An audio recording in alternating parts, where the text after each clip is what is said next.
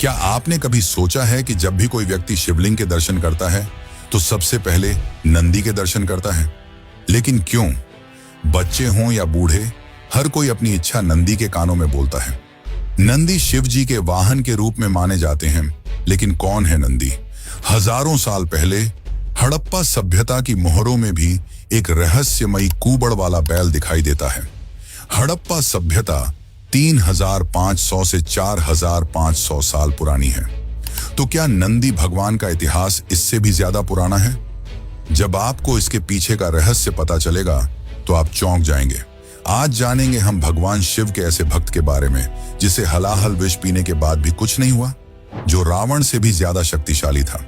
यह वीडियो है भगवान नंदी की कथा, जो शिव जी के परम भक्त थे और एक महाज्ञानी, जिन्हें वेद, पुराण, योग, ज्योतिष, आयुर्वेद और शास्त्रों का गहरा ज्ञान था। जब नंदी ने रावण को श्राप दिया, तभी उसके विनाश का आरंभ हुआ। यागंती उमा महेश्वर मंदिर, जहां कहा जाता है कि नंदी की मूर्ति बढ़ती जाती है। भगवान नंदी की कथा हमें कई हजारों साल पीछे ले जाती है। वीडियो शुरू करने से पहले पसंद आए तो लाइक अवश्य करें और कमेंट में जय नंदी जरूर लिखें।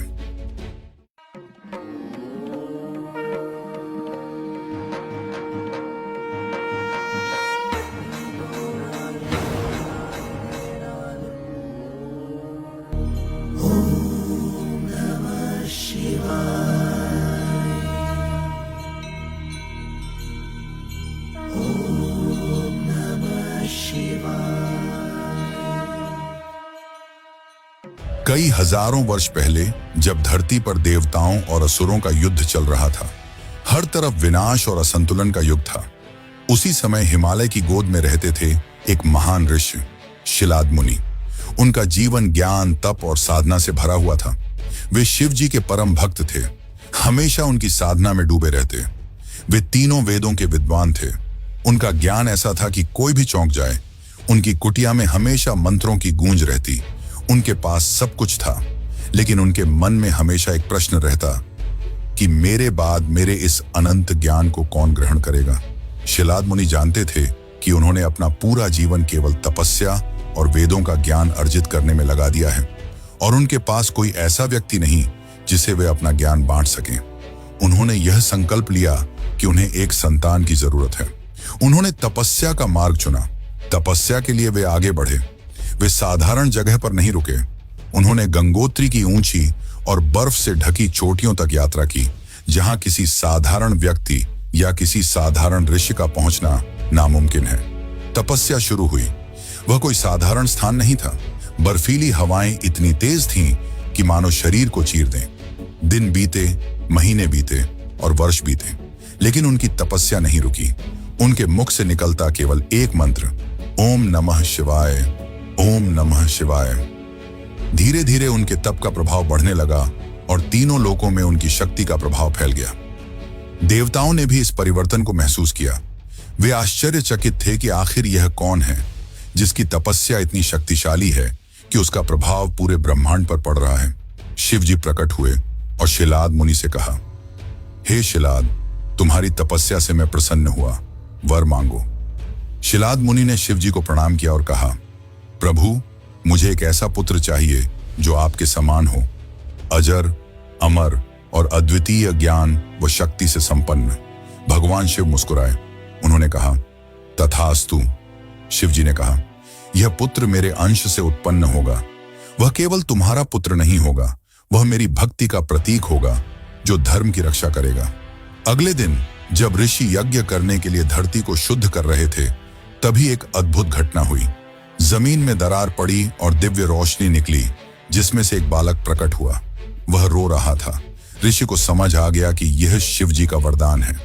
उस बालक का मुख तेज से भरा हुआ था। उसका शरीर सुनहरी आभा से दमक रहा था। शिलाद मुनि यह देख अति प्रसन्न हो गए और उन्होंने उसे हाथ में उठाकर उसका नाम रखा, नंदी, जिसका अर्थ था आनंद, प्रसन्नता और परम सुख। नंदी का बचपन सामान्य बच्चों जैसा नहीं था। वे शिव जी के अंश थे। जहां दूसरे बच्चे खेलकूद में लगे रहते, वहीं नंदी शिव जी की साधना में लीन रहते, और उनके चेहरे पर ऐसा तेज था जिसे देखकर कोई भी समझ सकता था कि यह बालक सामान्य नहीं है। शिलाद मुनि ने नंदी को सामान्य ज्ञान नहीं दिया, उन्होंने नंदी को एक महाज्ञानी बनाया। उन्हें वेद, उपनिषद और पुराणों का गहरा ज्ञान दिया। इसके साथ ही उन्होंने योग, ध्यान, ज्योतिष, आयुर्वेद और शास्त्रार्थ जैसी गूढ़ विद्याएं भी सिखाईं। समय बीता और मात्र 8 वर्ष की आयु में वे तीनों वेदों के महाज्ञानी बन चुके थे। उनकी बुद्धिमत्ता इतनी थी कि बड़े बड़े बुद्धिमान महर्षि भी उन्हें देखकर आश्चर्यचकित हो जाते थे। धीरे धीरे उनकी चर्चा देवलोक तक पहुंच गई। देवता भी यह देखकर चकित थे कि इतनी छोटी उम्र में कोई इतना ज्ञानी कैसे हो सकता है। एक बार वसंत ऋतु के समय एक जंगल में 2 अत्यंत सुंदर अप्सराएं स्वर्गलोक से आई थीं। उनका नाम मित्र और वरुण था। उनका रूप इतना सुंदर था कि कोई भी उन्हें देखकर मंत्रमुग्ध हो जाता। वे दोनों ही शिलाद मुनि के आश्रम में अतिथि थे। जैसे ही वे कुछ समय वहां रुकीं, उन्होंने देखा कि उनके सामने एक बालक है जो 8 वर्ष का है और वेदों का पाठ कर रहा है। अप्सराओं के मन में अपने सौंदर्य का अहंकार जाग उठा। उन्होंने एक दूसरे की ओर देखकर मुस्कुराते हुए कहा, देखो, यह तो एक साधारण मानव बालक है। दूसरी अप्सरा ने कहा, इतनी छोटी उम्र में इतना बड़ा ज्ञानी, लगता है यह कुछ ही समय में मृत्यु को प्राप्त हो जाएगा। यह सुनने के बाद भी नंदी क्रोधित नहीं हुए। नंदी ने कहा, देवी, किसी के रूप को देखकर उनका मजाक उड़ाना अहंकार है और अहंकार हमेशा नाश कर देता है। लेकिन यह सुनने के बाद भी वे दोनों चुप नहीं रहीं। वे कहने लगीं कि एक छोटा बालक हमें क्या उपदेश दे रहा है। जैसे ही नंदी ने यह सुना, वे क्रोधित हो गए और उन्होंने उन अप्सराओं को श्राप दिया कि जिस रूप का तुम्हें इतना घमंड है, वह रूप अब नष्ट हो जाएगा। जैसे ही यह हुआ, दोनों अप्सराओं का शरीर एक सामान्य मानव की तरह हो गया। उनका सौंदर्य समाप्त हो गया। एक शक्ति ने उन दोनों का सौंदर्य पलक झपकते ही छीन लिया। उन्हें नंदी के मुख पर शिवजी की आभा दिखी। तब उन्हें एहसास हुआ कि ये शिवजी के अंश हैं। दोनों अप्सराएं नंदी के चरणों में गिरकर माफी मांगने लगीं। उन्हें अपने अहंकार का एहसास हो चुका था। नंदी जी ने कहा, अगर आप दोनों पूरे मन से शिवजी की आराधना करो तो आपको आपका सौंदर्य वापस मिल सकता है। इस घटना के बाद नंदी जी महादेव के ओर बड़े भक्त बन गए। समय बीता और नंदी बड़े हुए। उनका एक ही उद्देश्य था, हर क्षण महादेव की सेवा करना और कभी भी उनसे दूर न होना। इसी उद्देश्य को पूरा करने के लिए उन्होंने एक कठोर तपस्या करने का प्रण लिया। वे निकल पड़े हिमालय की उन बर्फीली जगहों पर जहां रहना भी नामुमकिन था। समय बीतता गया, लेकिन नंदी अपनी तपस्या में अडिग रहे। उनके तप की शक्ति से पूरा वातावरण प्रभावित हो रहा था। कैलाश पर्वत पर बैठे भगवान शिव भी अपने इस अनन्य भक्त की पुकार को अनसुना नहीं कर सके। और फिर वह दिन आया जब शिवजी प्रकट हुए। उनकी जटाओं से गंगा बह रही थी, गले में सर्प और आंखों में करुणा। जैसे ही शिवजी ने वरदान मांगने को कहा तो नंदी ने कहा, प्रभु, मुझे कोई और वरदान नहीं चाहिए। मैं केवल इतना चाहता हूं कि मैं सदा आपके चरणों में रहूं और आपकी सेवा करता रहूं। यह सुनकर शिवजी अत्यंत खुश हुए और उन्होंने नंदी को कई वरदान दिए। पहला, तुम मेरे सभी गणों के प्रमुख अधिपति बनोगे। अब से कोई भी गण तुम्हारी अनुमति के बिना कोई कार्य नहीं करेगा।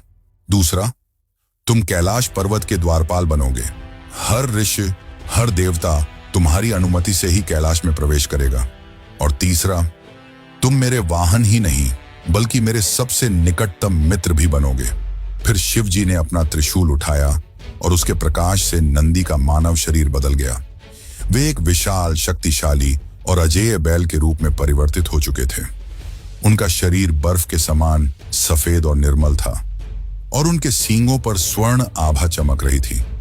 लेकिन एक ऐसा रहस्य अभी बाकी है नंदी का, जिसे कोई नहीं जानता। आइए जानते हैं कैसे नंदी समुद्र मंथन से जुड़े हैं। कई वर्षों पहले देवताओं और असुरों ने एक साथ मिलकर अमृत पाने के लिए समुद्र मंथन किया। इसके लिए उन्होंने क्षीर सागर को मथना शुरू किया। एक ओर देवता थे, दूसरी ओर असुर, और बीच में मंदराचल पर्वत को मथनी और वासुकी नाग को रस्सी बनाया गया। मंथन से कई अमूल्य रत्न निकले और फिर निकला एक विष, जिसे हलाहल विष कहते हैं। इसे कालकूट भी कहा जाता है। जैसे ही यह बाहर आया, वातावरण इसकी गर्मी से जलने लगा। सभी देवता डरकर भाग रहे थे। सृष्टि का विनाश हो रहा था। यहां तक कि असुर भी डर गए और भाग रहे थे। महादेव ने बिना एक क्षण की भी देर किए ब्रह्मांड की रक्षा का निर्णय लिया। उन्होंने उस भयंकर हलाहल विष को अपने हाथों में लिया और उसे पी लिया। लेकिन यह विष इतना खतरनाक था कि स्वयं शिवजी भी इसकी गर्मी को नहीं झेल पा रहे थे। इसलिए उन्होंने इस विष को अपने कंठ में ही रोक लिया, जहां से उनका नाम नीलकंठ पड़ा। लेकिन जैसे ही शिवजी हलाहल विष का पान कर रहे थे, कुछ बूंदें उनके मुख से छलक कर नीचे गिर रही थीं। सभी यह देख रहे थे, लेकिन किसी भी देवता या असुर में यह साहस नहीं था कि उसे जाकर रोके। तभी शिवजी के वाहन और अनन्य भक्त नंदी बिना सोचे वहां प्रकट हुए, और जैसे ही वह विष की बूंदें धरती की ओर गिरने लगीं, नंदी ने उन्हें अपनी जीभ से चाट लिया। लेकिन यहां एक चमत्कार हुआ। नंदी को कुछ भी नहीं हुआ। न उनके शरीर पर कोई प्रभाव पड़ा, न ही उनकी शक्ति में कोई कमी आई।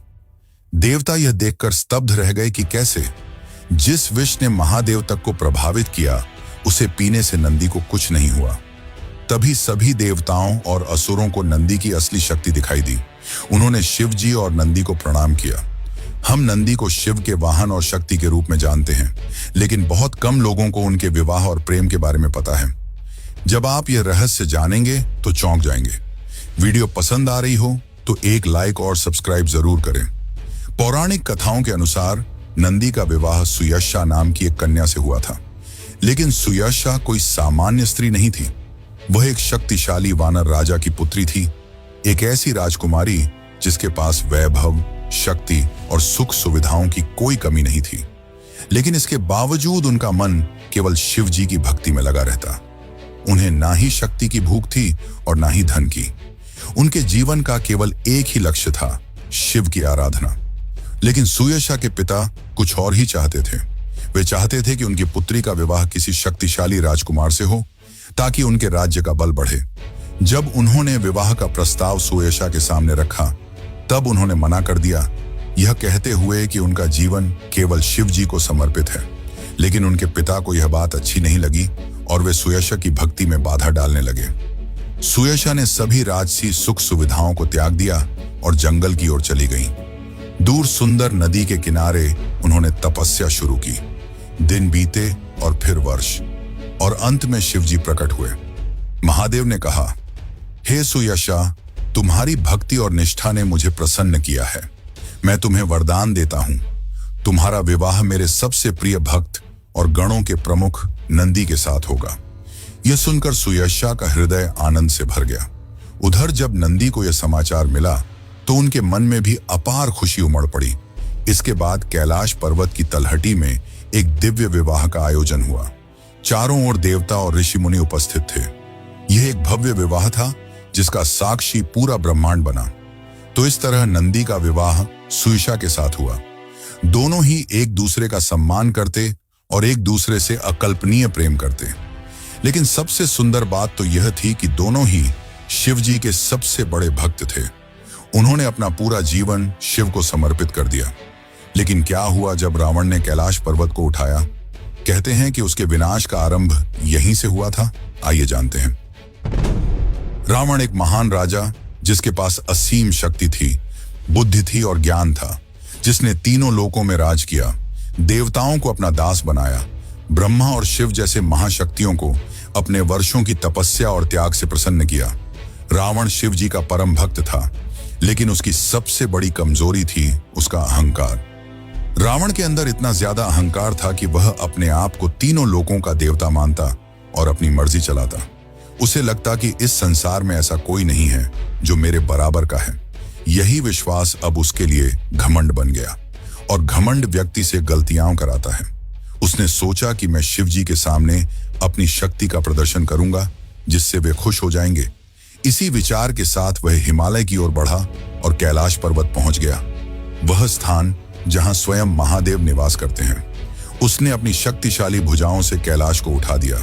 पूरी धरती कांप उठी। उसी समय कैलाश के द्वार पर खड़े थे नंदी, जो महादेव के द्वारपाल और गणों के प्रमुख थे। उन्होंने रावण को देखा और सचेत किया कि यह शक्ति का प्रदर्शन नहीं है। शिव जी अभी तपस्या में हैं और ऐसा करना उनकी तपस्या भंग करने जैसा होगा। लेकिन रावण के सिर पर घमंड का साया था। उसने हंसते हुए कहा, एक बैल अब मुझे बताएगा कि क्या सही है क्या गलत? रावण ने हंसते हुए नंदी का मजाक उड़ाया, उनका अपमान किया। नंदी क्रोधित हो उठे और रावण को श्राप दिया। उन्होंने गंभीर और शक्तिशाली स्वर में कहा, रावण, तुमने आज अपने अहंकार में आकर मेरा और मेरे स्वरूप का उपहास किया है। याद रखो, जिस वानर रूप और साधारण जीव का तुम मजाक उड़ा रहे हो, वही वानर एक दिन तुम्हारी सोने की लंका के विनाश का कारण बनेंगे। उसी समय शिवजी प्रकट हुए। उन्होंने केवल अपने अंगूठे को जमीन में रखा और रावण उसी पर्वत के नीचे दब गया। उसे अपनी गलती का एहसास हुआ। वह तुरंत विनम्र होकर महादेव की स्तुति करने लगा और उनसे क्षमा मांगने लगा। भगवान शिव ने उसकी भक्ति को देखकर उसे क्षमा कर दिया। समय बीतता गया और फिर आया रामायण का युग। जब भगवान राम और रावण के बीच युद्ध हुआ, तब वही श्राप सत्य सिद्ध हुआ। वानर सेना के महान योद्धा हनुमान जी लंका पहुंचे और अपनी अग्निपूंज से पूरी लंका को जला डाला और नंदी का श्राप पूरा हुआ। यहीं से रावण के अंत की शुरुआत हुई। तो अब बारी आती है नंदी जी के जीवन की कुछ ऐसे घटनाओं की जो चौंका देने वाले हैं। आइए जानते हैं। एक बार शिव जी को देवताओं से निमंत्रण मिला भव्य सभा के लिए। उस समय कैलाश में केवल माता पार्वती थीं, जो तप में लीन थीं। पूरी रक्षा का भार नंदी के ऊपर था। उसी समय एक भयंकर और चालाक असुर विद्युन्माली ने इस अवसर को अपने लिए सही समझा। वह कोई साधारण राक्षस नहीं था, बल्कि सैकड़ों योद्धाओं के बराबर शक्ति रखने वाला एक महाशक्तिशाली असुर था। उसके मन में एक गुप्त योजना थी। वह कैलाश पर आक्रमण करके भगवान शिव और माता पार्वती के दिव्य अस्त्र शस्त्र और आभूषणों को चुरा लेना चाहता था, ताकि वह स्वयं को अजेय बना सके और पूरे ब्रह्मांड पर अधिकार जमा सके। धीरे धीरे उसकी विशाल सेना कैलाश की ओर बढ़ी। वातावरण बदलने लगा। नंदी को पहले से ही खतरे का आभास हो गया। वे तुरंत माता पार्वती के पास पहुंचे और उन्हें इस आने वाले संकट के बारे में बताया। माता पार्वती ने गंभीर स्वर में नंदी को आदेश दिया, नंदी, जब तक महादेव वापस नहीं आते, कैलाश का एक तिनका भी शत्रु के हाथ नहीं लगना चाहिए, क्योंकि यह केवल कैलाश धाम के बारे में नहीं था, पूरे ब्रह्मांड की सुरक्षा के लिए था। इसके बाद नंदी ने विशाल बैल का रूप धारण किया। उनके खुर जब धरती पर पड़ते तो बिजली की तरह चमक उठती और उनकी आंखों में अग्नि की लपटें दिखाई देने लगीं। लेकिन विद्युन्माली इतनी आसानी से हार मानने वाला नहीं था। सबसे पहले उसने नंदी को एक बड़े काले दीवार में फंसा दिया, जहां कुछ नहीं दिख रहा था। उसके बाद अग्नि की वर्षा की। लेकिन जैसे ही नंदी ने शिवजी का नाम लेकर गर्जना की, वह काला दीवार नष्ट हो गया और आग शांत हो गई। फिर हुआ सबसे भयानक युद्ध। एक तरफ अकेले नंदी और दूसरी ओर राक्षसों की सेना। नंदी एक एक करके सभी राक्षसों को गहरी खाई में फेंक रहे थे। उनके सींगों के प्रहार से असुर दूर जा गिरते और उठ भी नहीं पाते। कुछ राक्षस अदृश्य होकर हमला करने लगे। अंत में स्वयं विद्युन्माली आगे बढ़ा, लेकिन जैसे ही उसने हमला किया, नंदी ने अपने विशाल सींगों में ऊर्जा भरकर उस पर प्रहार किया। यह इतना घातक था कि विद्युन्माली कई गज दूर जा गिरा और जमीन पर पटकते ही उसका अंत हो गया। युद्ध समाप्त हो चुका था। कैलाश फिर से शांत हो गया। थोड़ी ही देर में भगवान शिव भी वापस लौट आए। उन्होंने देखा कि चारों ओर राक्षसों की सेना नष्ट पड़ी है और नंदी विजय के साथ खड़े हैं। महादेव के चेहरे पर संतोष और प्रसन्नता थी कि उनकी अनुपस्थिति में नंदी ने कैलाश को बचाया। आंध्र प्रदेश के कर्नूल जिले में स्थित यागंती उमा महेश्वर मंदिर में नंदी की एक पत्थर की मूर्ति स्थापित है। इसे साधारण मूर्ति नहीं माना जाता। कहा जाता है कि यह मूर्ति लगातार बढ़ती जा रही है। पहले तो इस पर कोई विश्वास नहीं कर रहा था, लेकिन जब इस मूर्ति का ध्यान से परीक्षण किया गया तो यह सच पाया गया। भारतीय पुरातत्व सर्वेक्षण ASI ने भी इस घटना की जांच की और यह माना कि यह पत्थर अपने प्राकृतिक गुणों के कारण समय के साथ फैलता है, जिससे 20 साल में मूर्ति लगभग 1 इंच बढ़ती है। इतिहास में यह भी देखा गया कि मूर्ति की बढ़ती हुई आकृति के कारण कई खंभों को हटाना पड़ा। इसी के साथ एक और मान्यता है। कहा जाता है कि जब कलियुग अपने अंत की ओर बढ़ेगा और यह नंदी पूरी तरह अपने आकार में विकसित हो जाएगा, तब यह मूर्ति उठेगी और कली के साथ युद्ध करेगी। लेकिन क्या आपने सोचा है कि जब भी हम मंदिर जाते हैं तो नंदी के कानों में अपनी मनोकामना क्यों कहते हैं? इसके पीछे का कारण आपको चौंका देगा। मान्यता है कि भगवान शिव अक्सर गहन समाधि या ब्रह्मांडीय ध्यान में लीन रहते हैं। ऐसे में यदि कोई उन्हें पुकारे तो उनका ध्यान भंग हो सकता है, जो शिव जी का अपमान होगा। नंदी केवल शिव के वाहन या द्वारपाल नहीं हैं, बल्कि वे उनके मन और चेतना से सीधे जुड़े हुए हैं। उन्हें शिव जी के सबसे निकट माना जाता है। इसलिए जब कोई भक्त अपनी इच्छा नंदी के कान में कहता है तो यह माना जाता है कि नंदी उस प्रार्थना को बिना शिव की समाधि को भंग किए सीधे उनकी चेतना तक पहुंचा देते हैं।